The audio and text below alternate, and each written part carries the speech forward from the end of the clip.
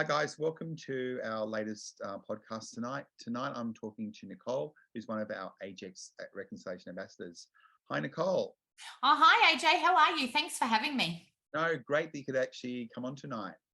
I'm really excited to be able to share this space with you. I'm really, really thrilled. Thanks.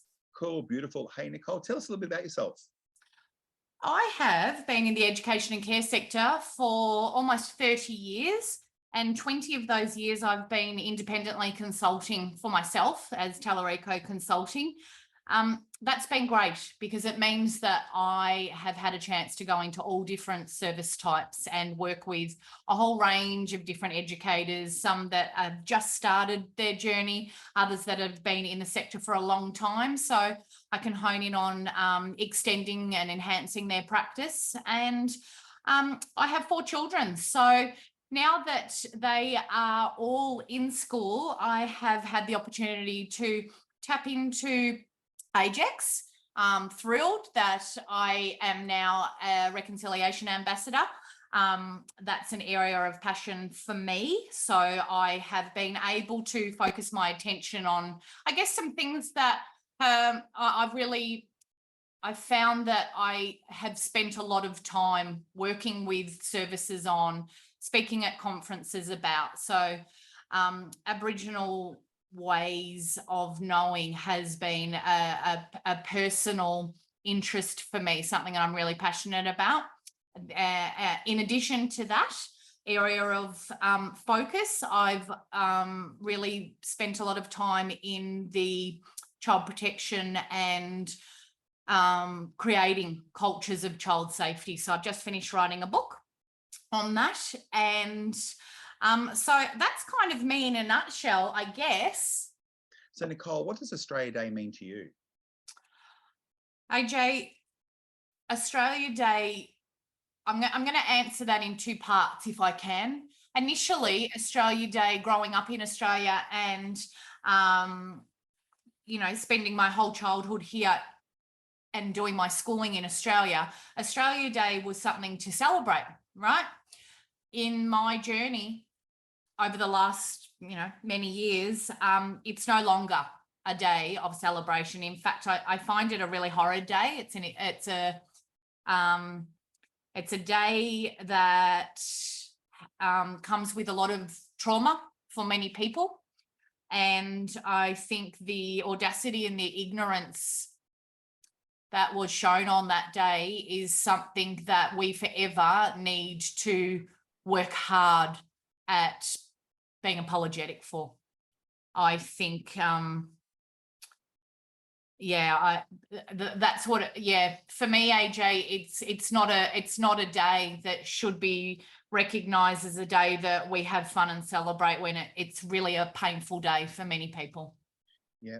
Going on from that, why do you think it's a contentious date for Aboriginal and Torres Strait Islander people? I see it as a day where, it is Invasion Day. That's how I see it. It's a day where, the lens of colonisation was thrust upon Aboriginal people, and that in itself, that particular day of invasion, is something that I know in my work with educators, they're not sure whether they should touch on that. And I always say that you can't commit to reconciliation if you are not speaking the truth. And you can absolutely, and you should be, including that in education and care for children of all ages.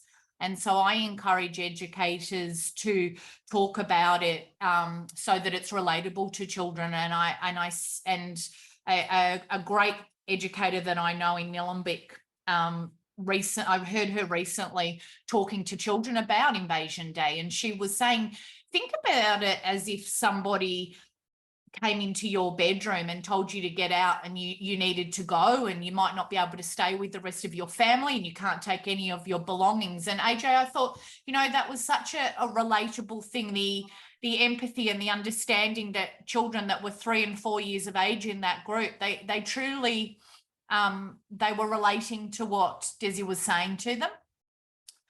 So that for me, I guess, is and it's still, AJ, in the education and care sector, as you know, you come towards the start of January and people are using social media to post about what should we create, what should we make for Australia Day, and there's so much unlearning and learning to be done that I think that if that date could be changed, I think it would make many people feel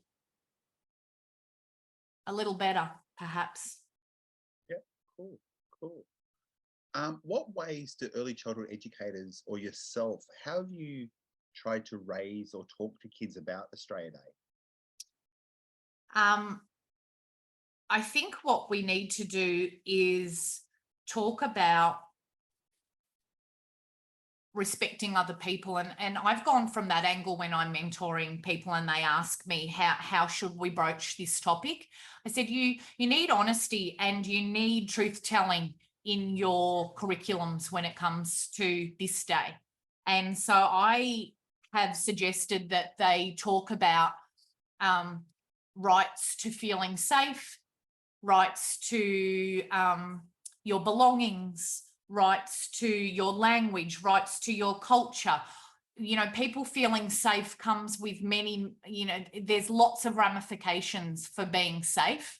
And so I think when we use emotions and inflicting on other people's rights and taking things from them, I think that's a really good underlying foundation for discussions and dialogue around this day. So Nicole, what does reconciliation mean to you? AJ, reconciliation is meaning more and more to me every day because I love learning. And so I'm learning more and more about Aboriginal and Torres Strait Islander culture. For me, that's a big part of what reconciliation is about. It's about continuously learning. It's a lifelong commitment to learning. And it's about listening and listening some more and listening some more and giving power and voice back to Aboriginal people and being very grateful for any time and any knowledge that they are always so willing to share.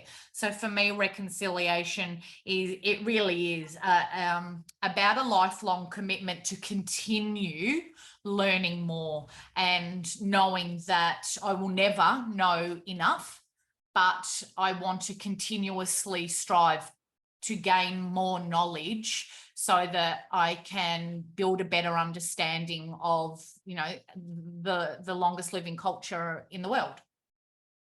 Cool. How do you explain reconciliation to young kids?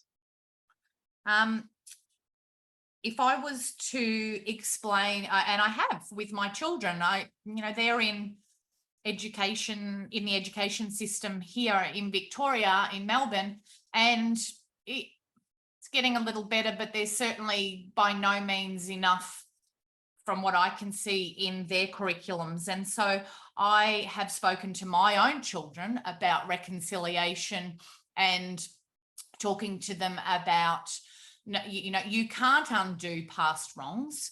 So that's not the angle I take. I talk about reconciliation in the way that, what commitments can you make sure that you action yourself, whether that be knowledge, learning, connecting with others. But I also think it comes along with upstanding as well, and making sure that you don't bystand any racism and you advocate and be an ally. And my children know that I'm really passionate about respectfully having a say and standing up for others. So that's how I see reconciliation when I'm talking to my own children or other children. I really see it as an opportunity to really upstand and make sure you do everything in your power to give Aboriginal people a voice.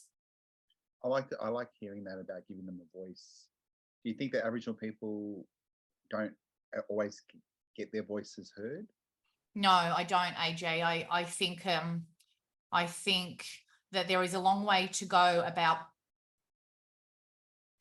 making sure that Aboriginal people are placed in the limelight, in the forefront. Such great knowledge opportunities can be had if that's where we position Aboriginal people. And I do think that we need to do everything in our, whatever our capacity is, whether it be in education or if it's in local government or if you're voting, you need to try and do everything in your power to celebrate Aboriginal culture. And if that means that there's an avenue to put their voices first, then yeah, I do think we should do that. Yeah. That's good to hear. What activities can you do in the classroom that demonstrates reconciliation? I think what I would really like to see more of is a natural embedding of Aboriginal culture. And what I mean by that is absolutely no tokenistic Aboriginal tables or one display in the foyer and we tick box. That's not what that's about. It's about embracing a culture and supporting Aboriginal children to be able to thrive and to be able to thrive in their education and celebrate their culture and support them in their language. And so I think that we need to make sure that our education and care services have got opportunities for Aboriginal children to do that. And we can't assume that we don't have any Aboriginal children enrolled in our services. I think I constantly come across that as a misconception that people know for sure. And I am always saying you don't know for sure. There could be many reasons why you don't know that.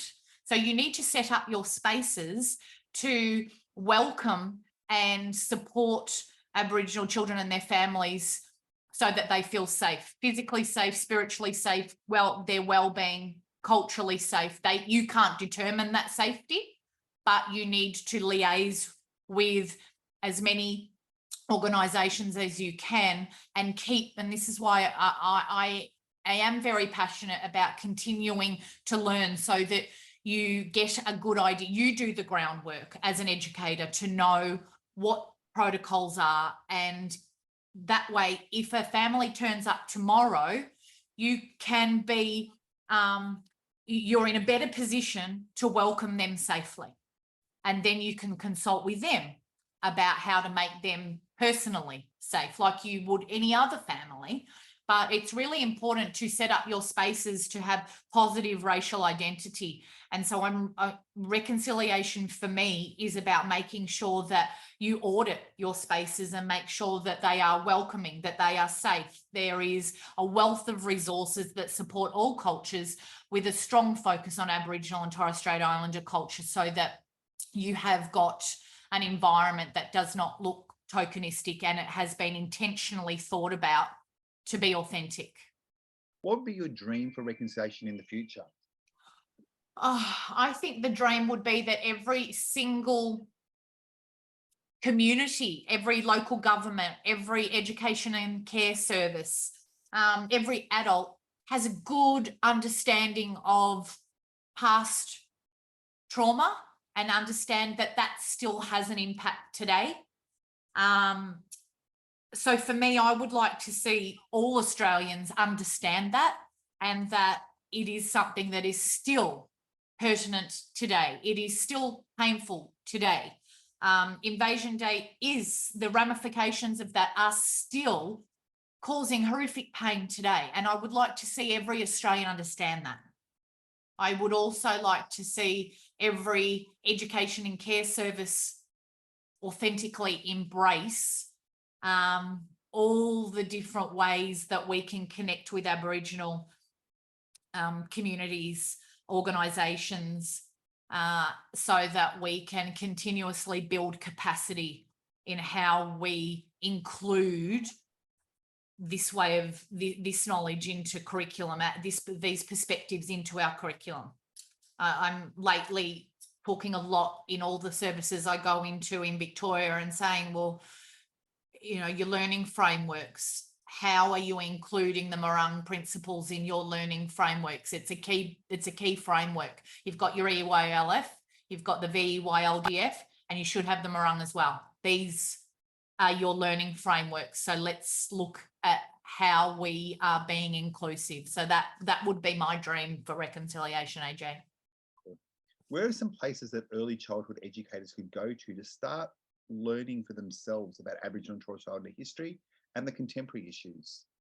Yeah, AJ, I know many educators have tapped into in their workplaces the Narragansett platform and have specifically navigated their way through to the early childhood section of that website. And that's a brilliant avenue with so many great resources. I know in my working with services, when I've been really encouraged them to broaden their scope of, continuously look for great reputable sources, and the Australian Institute of Aboriginal and Torres Strait Islander Studies, the AGECS website, I think has been a really great website. I really like the defining moments section on that website.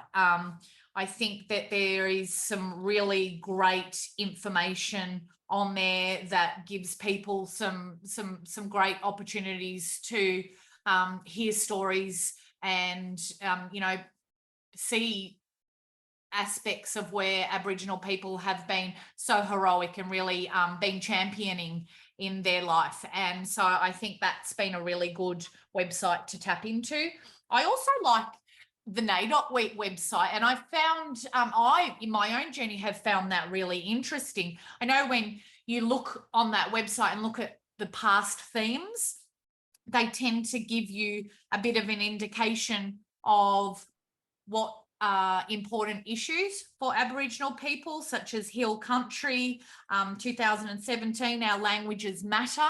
So I think that's a great avenue to explore as well. And I particularly also like that they include the poster artist. So that way services and educators can actually do some inquiry with the children and look at, who did the artwork for that year and what other creations have they got? Let's celebrate this artist. So I think that's a really good website to really celebrate. No, cool. Where do you go to start learning about things? When in all honesty, AGECS has been my go-to. That's how I became affiliated with AGECS, is because I first came to that first webinar in the series, the RAP series.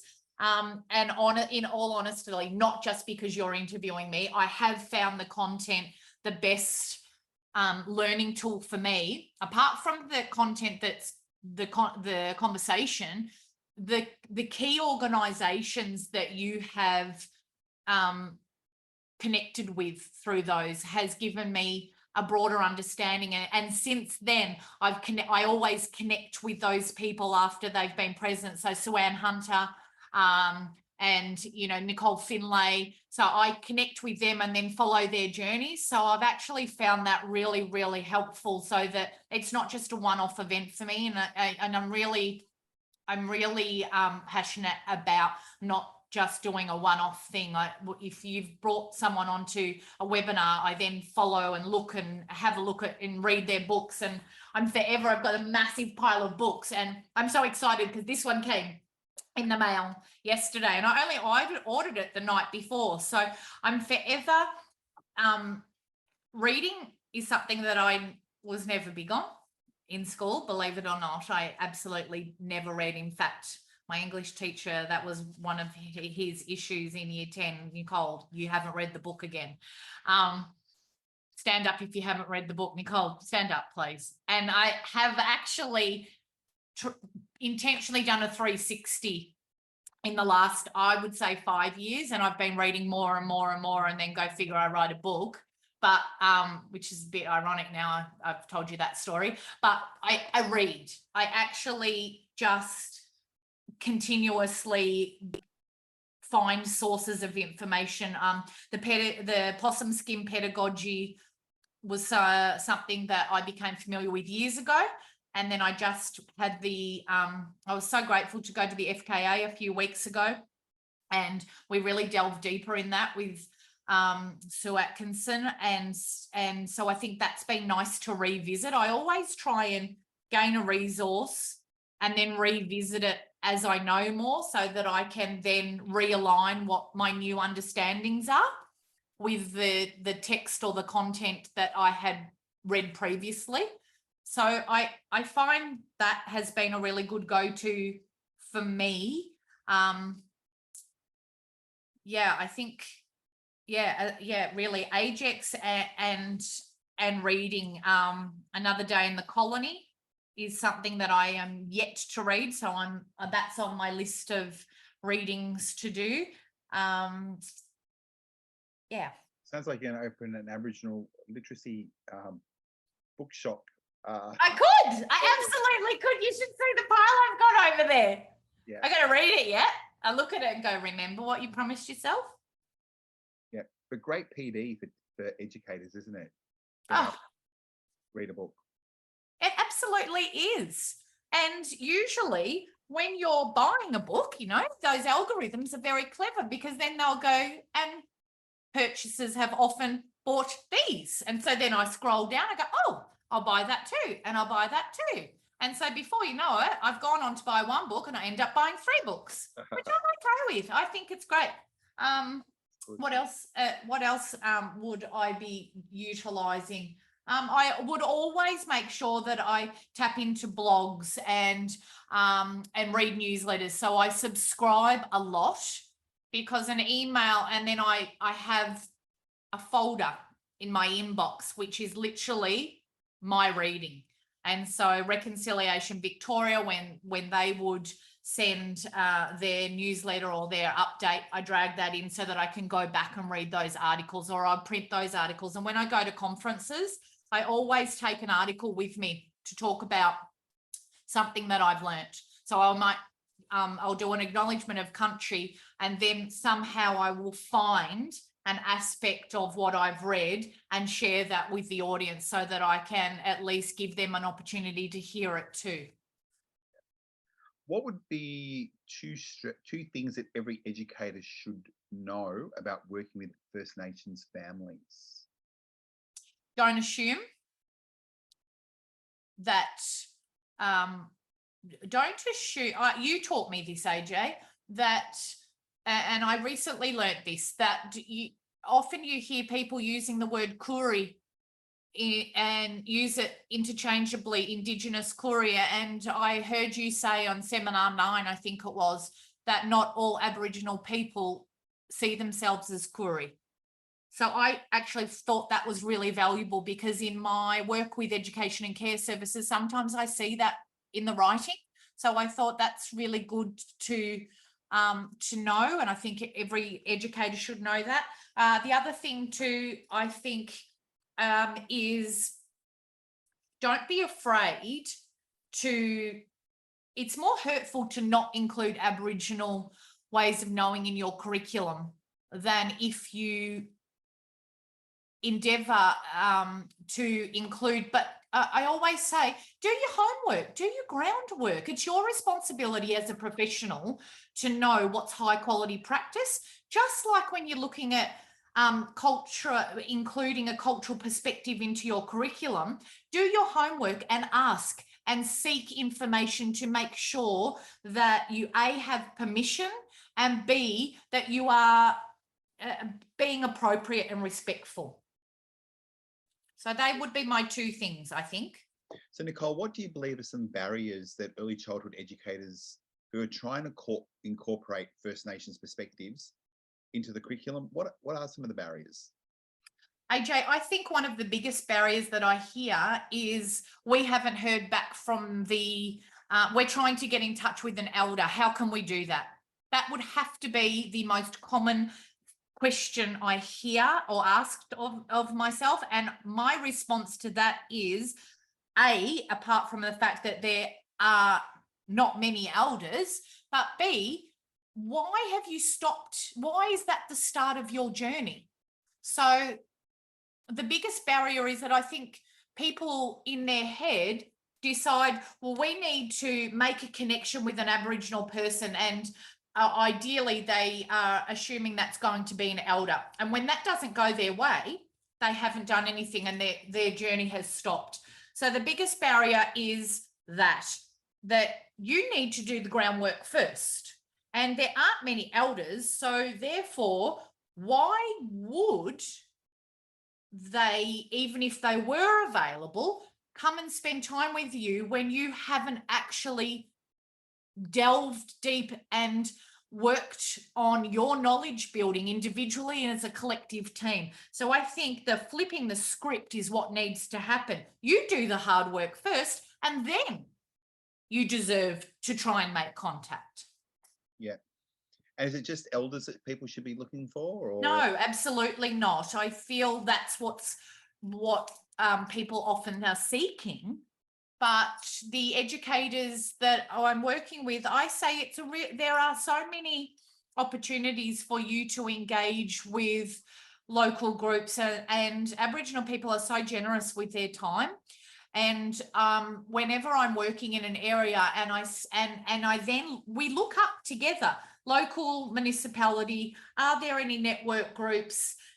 Quite often there is absolutely meeting places where I can say, if you have a look here, there is an Aboriginal meeting place here and here on this day. They meet regularly. You contact this person, and then you can start joining in those meetings as well. So I said, you don't need to always look for an elder. You're looking at connection with community, and you need to be creative in what that looks like and what that can look like within your contextual area, your local environment, and abroad as well. You've got Reconciliation Victoria, you've got Reconciliation Australia, you've got all these other amazing organisations as well. You've got them as your broader contacts, but then you do the hard work in your local area and see what's available. Yeah, cool. What do you think are some barriers for early childhood educators in teaching Aboriginal kids? I think that the biggest barrier would probably be that individual educators haven't done their unlearning. Particularly if they have grown up in the Australian education system that's had a strong colonised lens. So I think that the biggest barrier in working with Aboriginal children for educators is that they haven't done their own journey of self-discovery to see where they are and what they know and what they need to unlearn and relearn, so then they can feel more comfortable and confident in communicating authentically and respectfully and working with children and their families. So I think that's probably the biggest barrier. If you haven't started on your own knowledge journey, you're not going to be as confident in working with Aboriginal children as you could be. Yeah, and that takes me on to the next question, which was, what are some of the ways in which early childhood educators could start this journey? I think, well, I am going to say it again. I think watching webinar, I always say watch webinar 9 of the AGECS webinars. I think that's a great starting point. And then I think you need to work out be really honest with yourself and work out what you do know, and be brave enough to say, do you know what, I know for many people, they don't know necessarily what the meaning is behind the flags. So, I think the best way is to, I'm going to go back to that audit your space, look around and critically reflect. Have you got symbols and signage up where you yourself or any of your team members don't actually know the true meaning of what they represent? So I think doing your own cultural assessment on yourself and your collective team to work out where your gaps are, and be brave enough to say, hey, I don't know what that is, or I'm not sure of that. I know I was talking to someone recently, and I mentioned terra nullius, and they go, what's that? So I think we just need to get brave and work out what we don't know, so that we can tailor and target some professional development to build people's understanding. And that's okay. That's okay. You're better off saying I don't know, but I want to know, than choosing to remain, I guess, a little ignorant in the knowledge. The knowledge is out there. It's about tapping into it, I guess. What else do I think people could do? I think champion Aboriginal people and people that are doing great things, and look at, you know, what they're doing and how you can then be an ally and stand up and say, hey, have you seen what this person's doing? Have you attended this? Have you read this? I think that's a really good starting point as well. Okay. So, Nicole, tell us a bit about your journey about learning about Aboriginal and Torres Strait Islander culture and history. My journey began in school, AJ, where my first understanding was that Captain Cook arrived to find Aboriginal people, and that's where my story stopped when it came to Aboriginal culture, because then we carried on and talked about all the wonderful things that Captain Cook did, and that was the beginning of, you know, adventure and finding land. And so for me, that's where my first insight was. It was the Aboriginal culture wasn't elaborated on, and so I then had to go back and look at, I actually did a lot of, I actually learned a whole lot more when my own children came home with their homework and they were doing the first fleet. And so then I tweaked their homework, even though I had to remind them that I could do this. Yeah. I'm a teacher, remember? And they go, you can't do that, Mum. I said, yes, I can.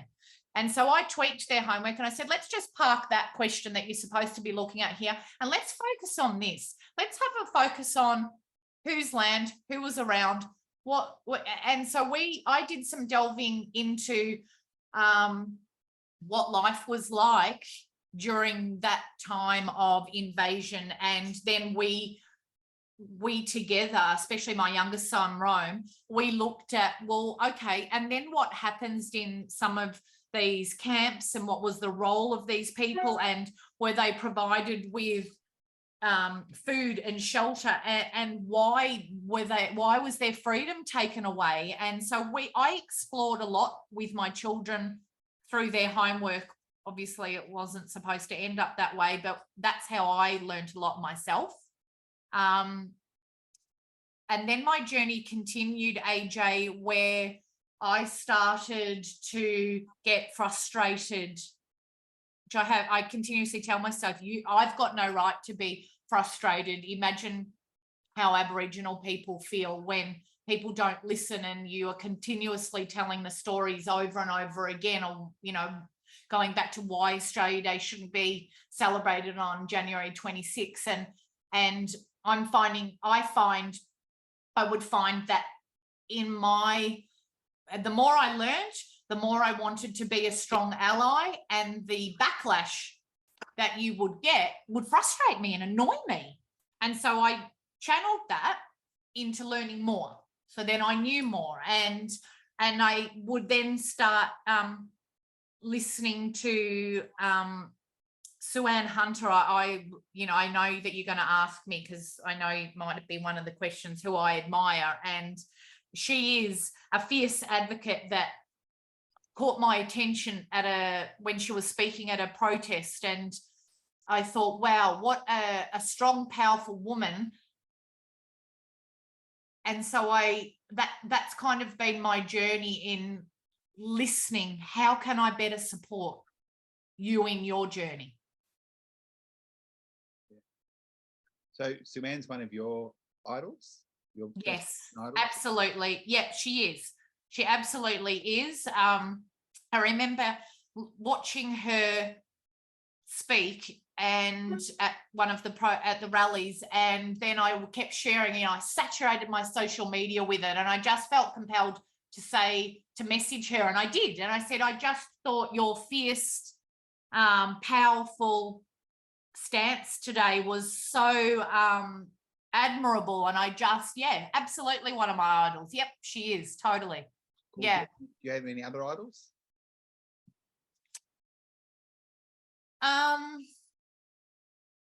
I actually find, when I say idols, I'm really grateful for, I can't name any, AJ, I can't name all the authors and the people that have collaborated together to like put the possum skin pedagogy together. And so I find when I actually think it's great, I find that collaborative coming together and willing to share knowledge, really, that's what I see as, a group of people is an idol for me too. So anybody that's coming together and collating together and putting together educational documentation that then others can learn from, whoever's been involved, and I know sometimes there's many organisations involved. I think that's really important for me too. Cool.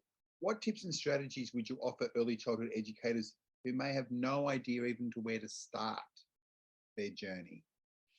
I think that I always say, honestly, start with what you've currently got in your space. Have a look at the resources you've got, and then ask yourself whether or not they've been purchased through reputable sources. I honestly feel as though that's a great starting point, because it's something tangible that people can actually do and action straight away. And so they will often say to me, and I know I was on a forum once and it was for the Narragansett platform. And because I'd had this conversation with so many educators, and they said, Nicole, we've got these resources and we're not sure where they've come from.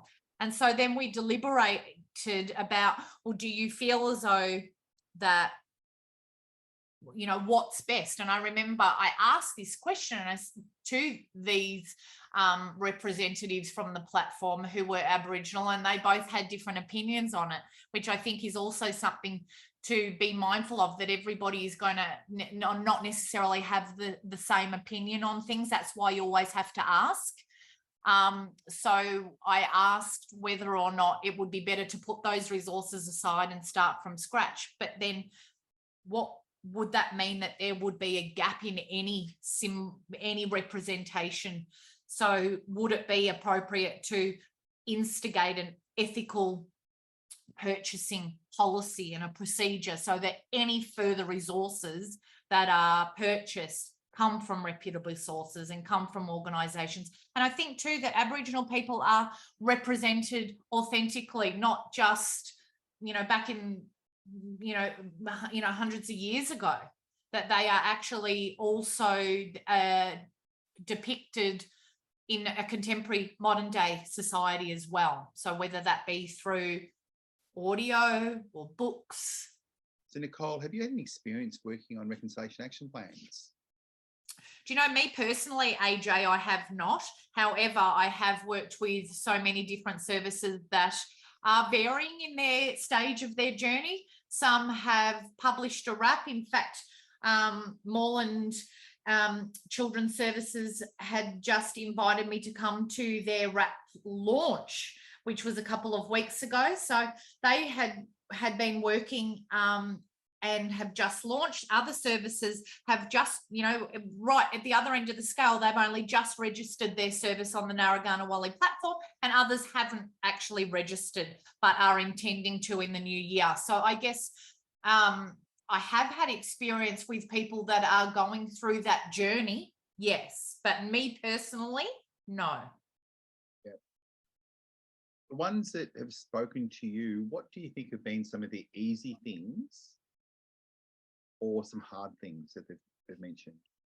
I think the easy thing, AJ, is once they are registered on that platform and the Narragansett platform, it is easy to navigate, and it's really a user-friendly tool. I know that's been, we were so worried about how we go about this, and they found the navigation of that platform really, really easy. One of the hardest things that I hear is trying to get the rest of the team and the community on board. So I know in my discussions with services, they might have a RAP officer, and they've created, officers or a team of people, ideally some in leadership, some working directly with children, stakeholders, families that might be on this RAP committee, but to try and actually share the information across the entire centre community has been a great challenge. Yeah. Question, advice on where people should start the RAP journey? I think it's really important. I found it so useful to attend the information sessions and actually physically sit down and have a play on that platform. So that way people become actually familiar with it. They can navigate there and then in the moment, attend an information session, and really get familiar with the platform that they can use, so that it's not so daunting, and then they're more likely to tap back into it and complete the actions required of them.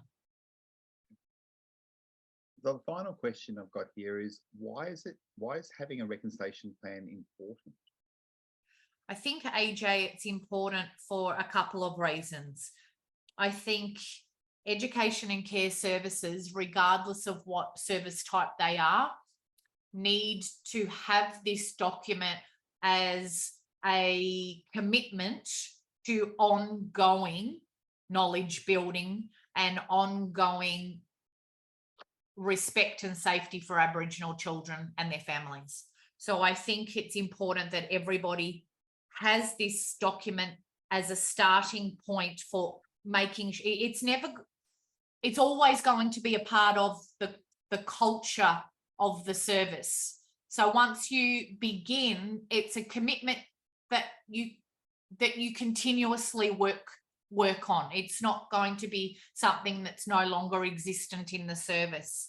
So I think that's really important. And I think it's also important because we want to look at avenues to build positive racial identity. And so if we can formalise through policy and documentation these commitments, I think it's really important.